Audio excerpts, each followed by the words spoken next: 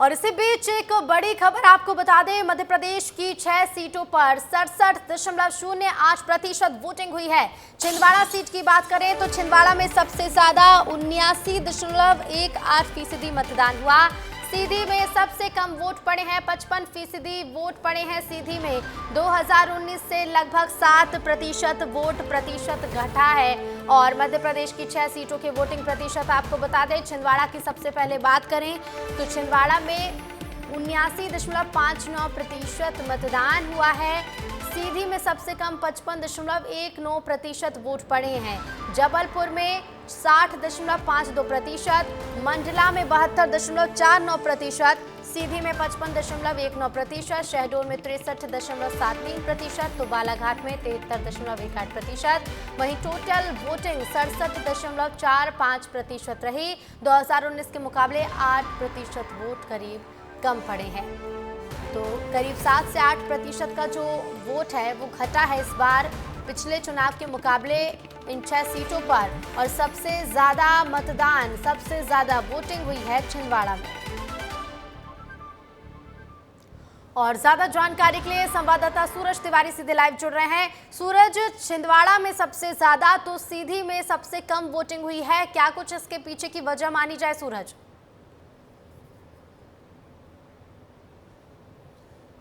जी देखिए रितु, जिस तरह से हर बार का वोटिंग ट्रेंड रहा है कि वोटिंग परसेंटेज बढ़ता रहा है, लेकिन इस बार जिस तरह से सबसे ज़्यादा वोटिंग अगर देखी जाए तो छिंदवाड़ा में लगभग 79% वोटिंग हुई है। लेकिन पिछली बार की तुलना में वो वहाँ भी वोटिंग कम हुई है। पिछली बार लगभग 82% वोटिंग वहाँ पर हुई थी। सबसे कम वोटिंग इस बार 6 सीटों में देखा जाए तो सीधी में सबसे कम हुई है, वहाँ 55% वोटिंग हुई है। पिछली बार की तुलना में लगभग 15% वोटिंग वहाँ पर कम हुई है। ऐसे में कहीं ना कहीं जो वोटिंग ट्रेंड में जब भी वोटिंग प्रतिशत बढ़ा है तो बीजेपी को फायदा हुआ है। अगर छिंदवाड़ा की बात करें रितु, तो छिंदवाड़ा में पिछली बार वोटिंग परसेंटेज बढ़ने के कारण ही था कि नकुल नाथ केवल 37,000 वोटों से जीत पाए थे। 2014 में अगर आप नजर डालेंगे तो लगभग लाख वोटों से कमलनाथ जीते थे, लेकिन 2019 में आते आते 37,000 वोट का अंतर रह गया। ऐसे में वोटिंग प्रतिशत जिस तरह से कम हुआ है वो कहीं ना कहीं छिंदवाड़ा में सस्पेंस बढ़ा दिया है। अगर बात करें सीधी में, तो सीधी में भी कहीं ना कहीं सस्पेंस इसलिए भी है क्योंकि जो मौजूदा प्रत्याशी थे भाजपा के वो नए थे। ऐसे में कमलेश्वर पटेल जो है मंत्री, पूर्व मंत्री भी रह चुके हैं, उनके सामने मुकाबला था और 55% वोटिंग सीधी में हुई है। रही बात कि क्यों मतदान कम हुआ, तो मतदान कम होने का कारण इस बार पूरे चुनाव में यह देखा जा रहा था कि उत्साह जो मतदाताओं पे या जो आम लोगों पे उत्साह मतदान को लेकर होता था, ऐसा उत्साह नजर नहीं आ रहा था। पूरे वोटिंग प्रतिशत में अगर नजर डालेंगे आप रितु, तो 8%, लगभग 8%, 6 सीटों की अगर बात करें तो 8% वोटिंग कम हुई है। 67% पीछे वोटिंग इस बार हुई है, जबकि 2019 की अगर बात करें तो लगभग 75% वोटिंग हुई थी इन 6 सीटों में। ओवरऑल पहले चरण में इन 6 सीटों की वोटिंग देख रहे हैं सूरज, तो वोटिंग तो कम हुई है, लेकिन जिस तरह से कहते हैं कि बढ़ता हुआ वोट प्रतिशत किसके पक्ष में जाएगा, क्या लगता है छिंदवाड़ा में जो सबसे ज्यादा वोटिंग हुई है, क्या कुछ उसका परिणाम देखने को मिल सकता है सूरज? जी देखिए रितु, छिंदवाड़ा में 6 सीटों की बात करें सबसे ज्यादा वोटिंग छिंदवाड़ा में हुई है, लेकिन पिछली बार की तुलना में लगभग 3% वोटिंग छिंदवाड़ा में कम हुई है। वोटिंग प्रतिशत, वही बात मैं बता रहा था कि वोटिंग प्रतिशत पिछली बार बढ़ी थी, तब नकुल नाथ के वोटों का अंतर जो था 37,000, जीत का मार्जिन जो था 37,000 था। जबकि अगर 2014 की बात करें तो 79% वोटिंग हुई थी, लेकिन कमलनाथ को फायदा हुआ था और एक लगभग 1.25 लाख वोटों से उन्होंने जीत हासिल की थी। जबकि 2009 में नजर डालेंगी तो 2009 से जो 2014 का कमलनाथ का मार्जिन था वो कम था। ऐसे में कहीं ना कहीं सस्पेंस इसलिए है क्योंकि वोटिंग प्रतिशत कम हुआ है, बीजेपी को वोटिंग प्रतिशत वहां पर ज्यादा होने से फायदा मिला है। तो कहीं ना कहीं इस बार देखना ये होगा कि किसके पक्ष में माहौल रहता है, क्योंकि लगातार इस बार छिंदवाड़ा में बीजेपी जिस तरह से अपनी नजर बनाई थी, जिस तरह से बीजेपी पूरा जो राष्ट्रीय स्तर में चर्चा छिंदवाड़ा की इस बार की, पूरे बीजेपी के जो दिग्गज नेता तो छिंदवाड़ा पहुंचे थे, फिर भी वोटिंग प्रतिशत कम हुआ। इससे कहीं ना कहीं दोनों पार्टियों में सस्पेंस है। कोई ये नहीं कहने को खुलकर तैयार है, राजनीतिक विश्लेषकों की भी बात मैं भी पढ़ रहा था तो कोई भी ये खुलकर नहीं बोला है कि छिंदवाड़ा में इस बार किसकी जीत हो सकती है। अगर सीधी की बात करें तो सीधी में कहीं ना कहीं कांग्रेस के पक्ष में माहौल इसलिए भी हो सकता है क्योंकि वोटिंग प्रतिशत जब भी सीधी में बढ़ा है तो बीजेपी को ही फायदा हुआ है। शहडोल में जो है वोटिंग प्रतिशत कम तो हुआ है, लेकिन इससे ज्यादा फायदा कांग्रेस को नहीं होगा। बीजेपी के जो बिल्कुल बिल्कुल सूरज, और इसी तरह से परिणाम ही बताएंगे कि ये बदला हुआ वोट प्रतिशत किसके पक्ष में जाता है। फिलहाल शुक्रिया सूरज आपका हमसे जुड़ने के लिए और तमाम जानकारी के लिए। और आगे बढ़ेंगे, बात करेंगे मध्य प्रदेश के मुख्यमंत्री के दौरे की। आज मध्य प्रदेश के मुख्यमंत्री डॉक्टर मोहन यादव मध्य प्रदेश के दौरे पर रहेंगे। मध्य प्रदेश के खंडवा और मंदसौर में चुनावी प्रचार करेंगे डॉक्टर मोहन यादव। बीजेपी प्रत्याशियों के समर्थन में चुनावी सभा करेंगे। तो मध्य प्रदेश के मुख्यमंत्री डॉक्टर मोहन यादव आज खंडवा और मंदसौर में करेंगे चुनावी प्रचार। बीजेपी प्रत्याशियों के समर्थन में करेंगे चुनावी प्रचार और जनता से वोट की अपील करेंगे।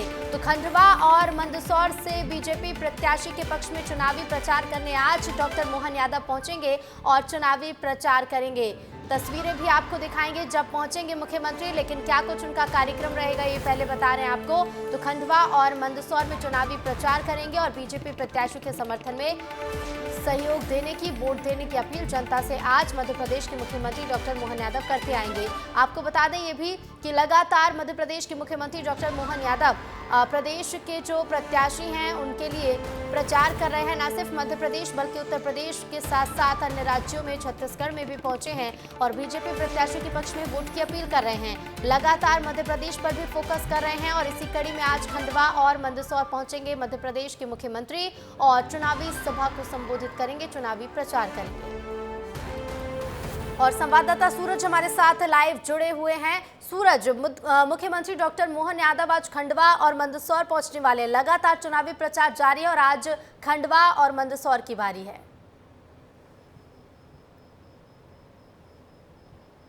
जी देखिए ऋतु, निश्चित तौर पे लगातार मुख्यमंत्री मोहन यादव जो हैं चुनावी प्रचार प्रसार कर रहे हैं और आपने लगभग 1 से 1.5 महीने पहले से ही देखा होगा कि मुख्यमंत्री मोहन यादव लगातार चुनावी दौरे कर रहे हैं। ऐसे में आज वो खंडवा और मंदसौर के दौरे पर रहेंगे। खंडवा में जहां ज्ञानेश्वर पाटिल जो कि वहां से मौजूदा सांसद भी भाजपा के हैं वो उम्मीदवार हैं, वहीं कांग्रेस से नरेंद्र पटेल उम्मीदवार है। खंडवा में मुकाबला दिलचस्प है क्योंकि अगर बात करें तो कांग्रेस की भी ये परंपरागत सीट रही है। कांग्रेस के जो अरुण यादव आए हैं जीतते हुए आए हैं, लेकिन बीजेपी इस पे अपना गढ़ बनाती हुई धीरे धीरे नजर आ रही। किस तरह से बीजेपी ने कब्जा किया है। पिछली बार 2014 में बीजेपी वहां जीती, 2019 में भी जीती। अब मोहन यादव खंडवा जाएंगे, खंडवा के बाद मंदसौर, तो कहीं ना कहीं दिलचस्प उनका दौरा होने वाला है क्योंकि मोहन यादव लगातार रुक नहीं रहे। वो मध्य प्रदेश, अगर वो भोपाल में कम नजर आ रहे हैं कहीं मध्य प्रदेश की इस सीट पे, तो दूसरी सीट पे हमेशा दौरे पर कर रहे हैं। और जब मध्य प्रदेश पे दौरे पर नहीं रहते तो दूसरे प्रदेश के दौरे पर रहते हैं। तो मोहन यादव को जिस काम के लिए लगाया गया उस काम पे लगातार वो डटे हुए हैं। ज्ञानेश्वर पाटिल के समर्थन में वो वहां पर जाएंगे, जनसभा करेंगे। उसके बाद मंदसौर जाएंगे, मंदसौर पर भी उनकी जनसभा होनी है। ऐसे में सबसे बड़ी बात यह है क्योंकि इधर जो है आखिरी चरण में चुनाव होना है, खंडवा मंदसौर में आखिरी चरण में चुनाव होना है। अभी यहां पर समय तो है चुनाव को लेकर, लेकिन अभी से बीजेपी के तमाम दिग्गज नेता एक एक करके जहां आखिरी चरण में भी चुनाव होना है वहां जाने लगे और मुख्यमंत्री मोहन यादव खुद इसकी शुरुआत करते हुए नजर आ रहे हैं। ऋतु बिल्कुल बिल्कुल, और इसके साथ ही सूरज हम लगातार देख रहे हैं कि जिस तरह से मुख्यमंत्री डॉक्टर मोहन यादव चुनावी प्रचार कर रहे हैं, एक अलग ही अंदाज भी उनका नजर आता है। चाहे वो बीते दिन का वीडियो वायरल हुआ हो, चाहे प्रत्याशियों के पक्ष में जिस तरह से वो चुनावी सभा को संबोधित करते हैं और वोट की अपील करते हैं। उत्तर प्रदेश में भी हमने देखा जिस तरह से हुंकार भरी मुख्यमंत्री ने, और छत्तीसगढ़ में भी हमने देखा, और इसके साथ ही मध्य प्रदेश पर भी पूरा फोकस है। सूरज,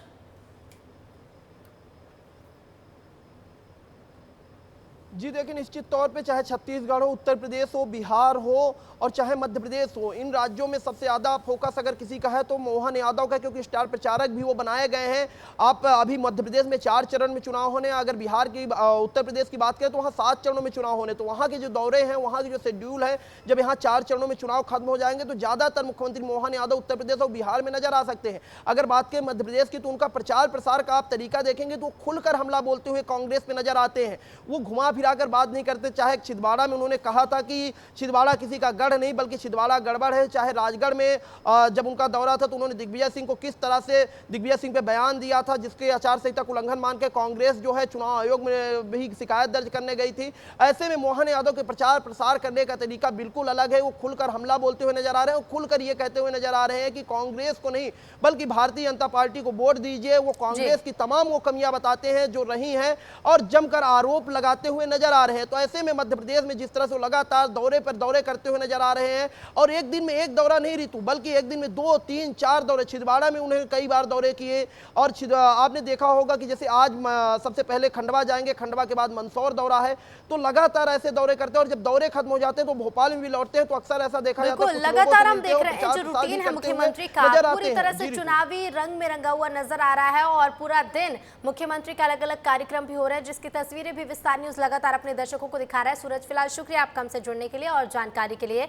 तो मुख्यमंत्री का ये दौरा था और इधर टीकमगढ़ जब पहुंचे मुख्यमंत्री डॉक्टर मोहन यादव तो चुनावी प्रचार के दौरान एक अलग ही अंदाज देखने को मिला। रोड शो के दौरान सीएम मोहन यादव ने गन्ने के ठेले पर पहुंचकर गन्ने का रस निकाला। सीएम ने अपने हाथों से चरखी चलाई गन्ने का रस निकालकर बीजेपी प्रत्याशी वीरेंद्र खटीक और बाकी कार्यकर्ताओं को पिलाया।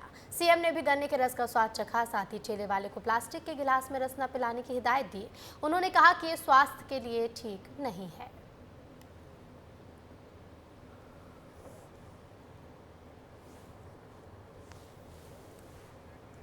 तो प्रचार के दौरान ये अलग ही तस्वीर नजर आई जब मध्य प्रदेश के मुख्यमंत्री डॉक्टर मोहन यादव ने गन्ने का रस निकाला और कार्यकर्ताओं को भी पिलाया। चलिए आगे बढ़ेंगे। 21 राज्यों की 102 लोकसभा सीटों पर पहले चरण के चुनाव संपन्न हुए जिसमें 1625 उम्मीदवारों ने अपनी किस्मत आजमाई। अब इंतजार है 4 जून का और इसी बीच चलिए आपको दिखाते हैं दिन भर की चुनावी गतिविधियों पर हमारी एक खास रिपोर्ट।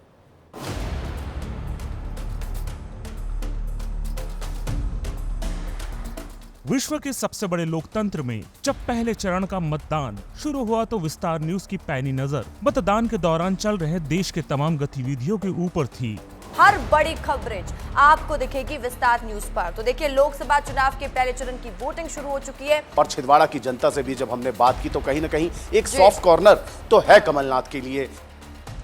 छिंदवाड़ा सीट वो सीट है जहां पे सबकी नजर है, पूरे देश की नजर है। कड़े सुरक्षा प्रबंधों के बीच जब आज सुबह मतदान शुरू हुआ तो मीडिया जगत की विशेष नजर फ्रंट पार्टियों के दिग्गजों पर बनी हुई थी। इस दौरान जहां प्रधानमंत्री नरेंद्र मोदी ने अमरोहा, दमोह और वर्धा में चुनावी जनसभा को संबोधित किया तो वहीं कांग्रेस अध्यक्ष मल्लिकार्जुन खड़गे बिहार में सीमांचल की सीटों को साधने किशनगंज और कटिहार पहुँचे थे। मतदान वाले दिन अक्सर पार्टी द्वारा कोशिश की जाती है अपने स्टार प्रचारकों का दौरा उन क्षेत्रों में कराया जाए जो मतदान हो रहे क्षेत्र से सटे होते हैं ताकि दिग्गजों की चुनावी हुंकार की धमक अप्रत्यक्ष तौर पर मतदान हो रहे क्षेत्रों पर भी पड़े। ऐसा मौका जाने न दें। ग्लोबल लीडर भारत के रूप में आगे बढ़ाने के लिए जो कार्य हुआ है उन सबके प्रति कृतज्ञता ज्ञापित करने का महापर्व है लोकतंत्र का ये पर्व। 14 का रिकॉर्ड टूटेगा, 19 का रिकॉर्ड टूटेगा और 14 और 19 दोनों रिकॉर्ड तोड़ करके इस बार उत्तर प्रदेश नया इतिहास बनाने वाला है।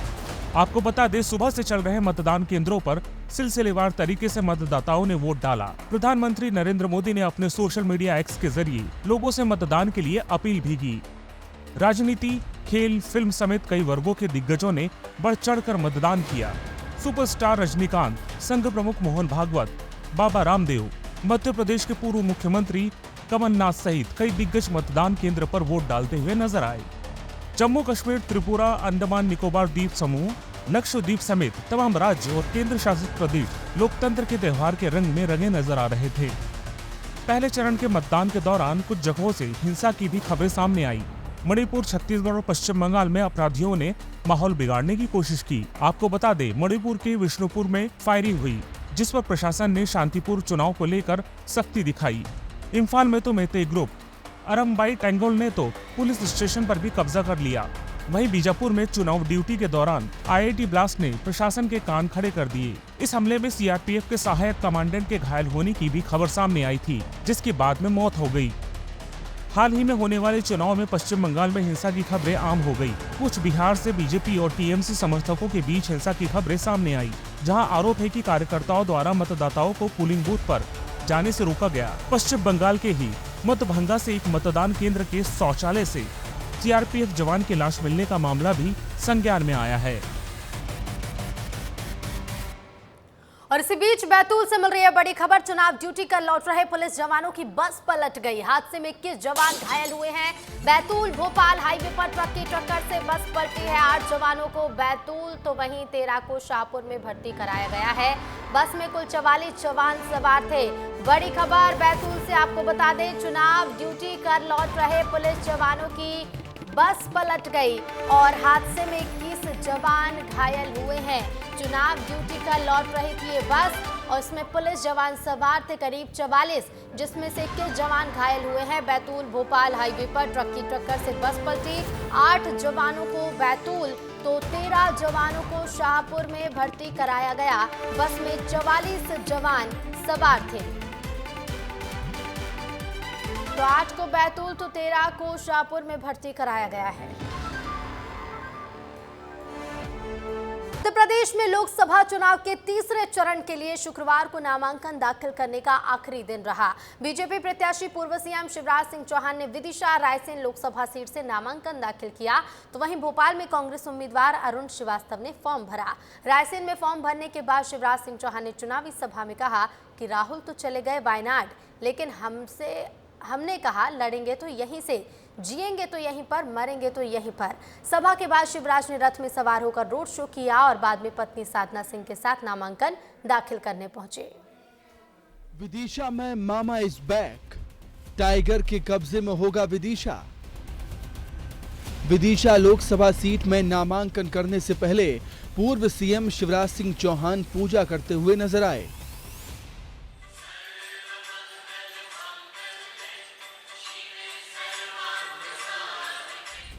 शिवराज सिंह चौहान अपनी पत्नी साधना सिंह के साथ नामांकन करने पहुंचे। पत्नी ने उनका विजय तिलक भी किया। शिवराज ने इन यादों को परिवार के साथ सेल्फी में भी कैद किया।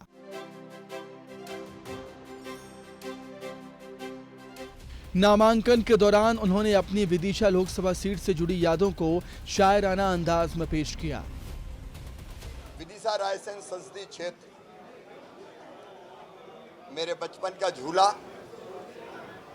जवानी की फुलवारी और बुढ़ापे की काशी है। मैं यहीं पैदा हुआ, मेरा नरा भी यहीं गड़ा है।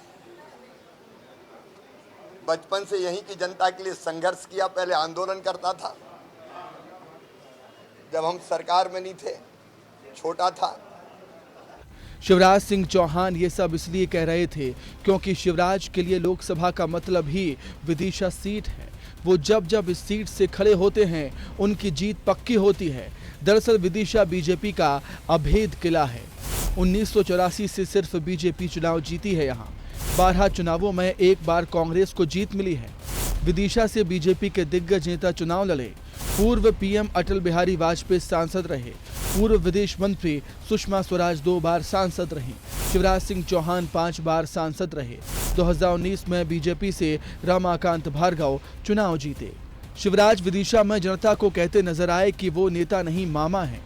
यहाँ जनता और मैं नेता और जनता नहीं है, भाई बहन है, भैया मामा हैं, भांजे भांजी हैं। मुख्यमंत्री रहते हुए, सांसद रहते हुए विकास की अनेकों गाथाएं यहाँ रची गई है, लिखी गई है और जन कल्याण का महायज्ञ भी यहाँ संपन्न किया है। शिवराज सिंह चौहान इस दौरान कांग्रेस पर जमकर हमलावर भी हुए। संकल्प पत्र हमने हिंदी में लिखा है। हिंदी अगर उनको ठीक से नहीं आती तो अंग्रेजी वाला भी पढ़ लेते। अब हम इटली की भाषा में तो लिखते नहीं। भारतीय जनता पार्टी ने कितनी बार कहा है गरीबों को निःशुल्क राशन जारी रहेगा, गरीबों के मकान बनाए जाएंगे। अब तो सूर्यकिरण योजना से बिजली बिल भी 0 किया जाएगा। किसानों के लिए, गरीबों के लिए लखपति दीदी क्या है? अब राहुल जी की भारत के बारे में समझ ही नहीं है तो मैं क्या करूं? आपको बता दें कि भोपाल लोकसभा सीट के लिए शुक्रवार को नामांकन की प्रक्रिया पूरी हो गई। आखिरी दिन 16 नामांकन जमा किए गए। ब्यूरो रिपोर्ट, विस्तार न्यूज।